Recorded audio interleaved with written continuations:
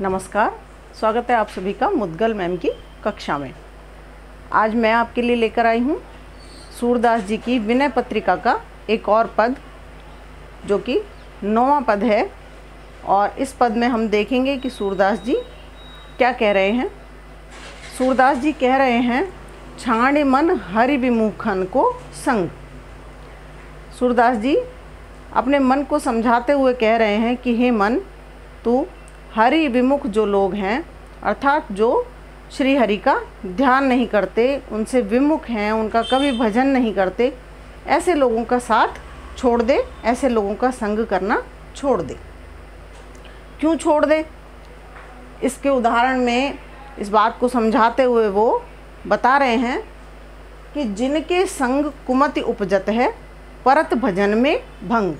कि ऐसे लोगों का साथ रहने से, साथ करने से, उनके सत्संग में रहने से, सत्संग तो हो नहीं सकता, दुर्संग होगा वो, कि ऐसे लोगों की संगति में रहने से क्या होता है, कुबुद्धि पैदा होती है, उपजती है अर्थात पैदा होती है, उत्पन्न होती है, और भजन में भंग पड़ जाता है। अर्थात हमारा मन जो श्री हरि का भजन करना चाहता है, ऐसे लोगों का संग रहने से, ऐसे लोगों का साथ हमें अपने साथ रखने से हमारा मन भी उस प्रवृत्ति से बदल जाता है, वो भी हरि का भजन करना नहीं चाहता। कहते हैं ना कि खरबूजे को देखकर खरबूजा रंग बदलता है। तो जब हम किसी के साथ रहेंगे तो देर सवेर कभी ना कभी हमारे ऊपर उसका प्रभाव पड़ेगा ही पड़ेगा। इसलिए सूरदास जी कहते हैं कि ऐसे लोगों का साथ हमें छोड़ देना चाहिए। आगे देखिए सूरदास जी ने क्या क्या उदाहरण दिए हैं इस बात को समझाते हुए। सूरदास जी कह रहे हैं कि कहा होत पै पान कराए, विष नहीं तजत भुजंग। कि सर्प को चाहे कितना ही अमृत रस का पान करा लो, कितना ही दूध पिला लो, लेकिन वो अपना विष नहीं छोड़ सकता। वो जब भी किसी को डसेगा तो विष छोड़ेगा ही छोड़ेगा और उसको मार डालेगा। अर्थात वो विष का त्याग नहीं कर सकता, चाहे उसको अमृत का ही पान क्यों ना कराया जाए। कागही कहा कपूर चुगाए, स्वान नहवाए गंग।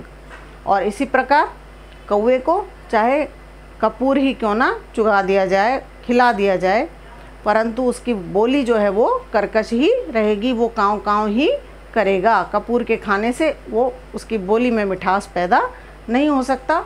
और इसी प्रकार कुत्ते को चाहे गंगा जी में स्नान ही क्यों ना करा दिया जाए, वो भी अपनी प्रवृत्ति नहीं छोड़ सकता, वो लोगों को काटना नहीं छोड़ सकता, मांस का भक्षण नहीं छोड़ सकता। आगे देखिए सूरदास जी कहते हैं, खर को कहा अर्गजा लेपन, मरकट भूषण अंग। इसी प्रकार खर यानी कि गधे को चंदन का लेप ही क्यों ना कर दिया जाए, परंतु वो चंदन के महत्व को थोड़ी ना समझेगा।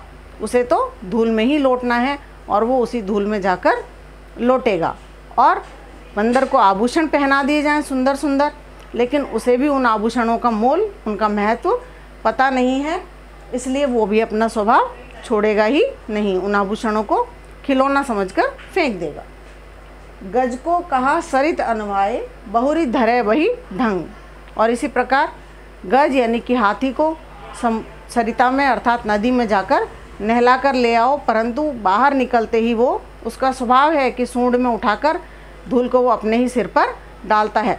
तो वो नदी से नहा धोकर निकलेगा साफ सुथरा होकर, परंतु बाहर आकर अपना वही पुराना ढंग अपना लेगा, अपनी सूंड में भर भर कर रेत अपने सिर पर डालेगा। पाहन पतित बान नहीं बेदत, रीतो करत निशंग। इसलिए सूरदास जी कहते हैं कि पत्थर को कभी भी, जो ज़मीन पर पड़ा हुआ पत्थर है, उसको कभी भी बाण जो है भेद नहीं सकता, उसको तोड़ नहीं सकता, भले ही आप अपने तरकश को खाली ही क्यों ना कर दें। निशंग माने तरकस और रीता माने खाली करना। तो आप अपने तरकस के सारे बाण उस पत्थर पर खाली कर दें मार मार कर, परंतु पत्थर अपनी जगह पर यथावत रहेगा, उसमें एक दरार भी नहीं पड़ने वाली। सूरदास जी कहते हैं, सूरदास खल कारी कमरिया, चढ़त न दूजो रंग। इसी प्रकार दुष्ट लोग हैं, जिस प्रकार के उदाहरण सूरदास जी ने दिए, इसी प्रकार सूरदास जी कहते हैं कि दुष्ट लोग भी इन्हीं लोगों की तरह होते हैं।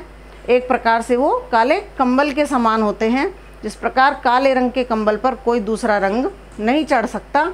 उसी प्रकार जो हरि से विमुख लोग हैं उन्हें हम कितना भी समझा लें, किसी प्रकार भी समझा लें, कितना ही उपदेश दे लें, परंतु उनका मन जो है वो कभी भी हरि भजन में, हरि के सत्संग में नहीं रम सकता। इसलिए अपने ऊपर ही व्यक्ति का वश है। हमें ऐसे व्यक्तियों का साथ छोड़ देना चाहिए जो कि हरि का भजन नहीं करते, हरि से विमुख हैं। तो ये था एक और सुंदर सा पद। अगले पद के साथ मैं फिर प्रस्तुत होंगी। तब तक के लिए नमस्कार।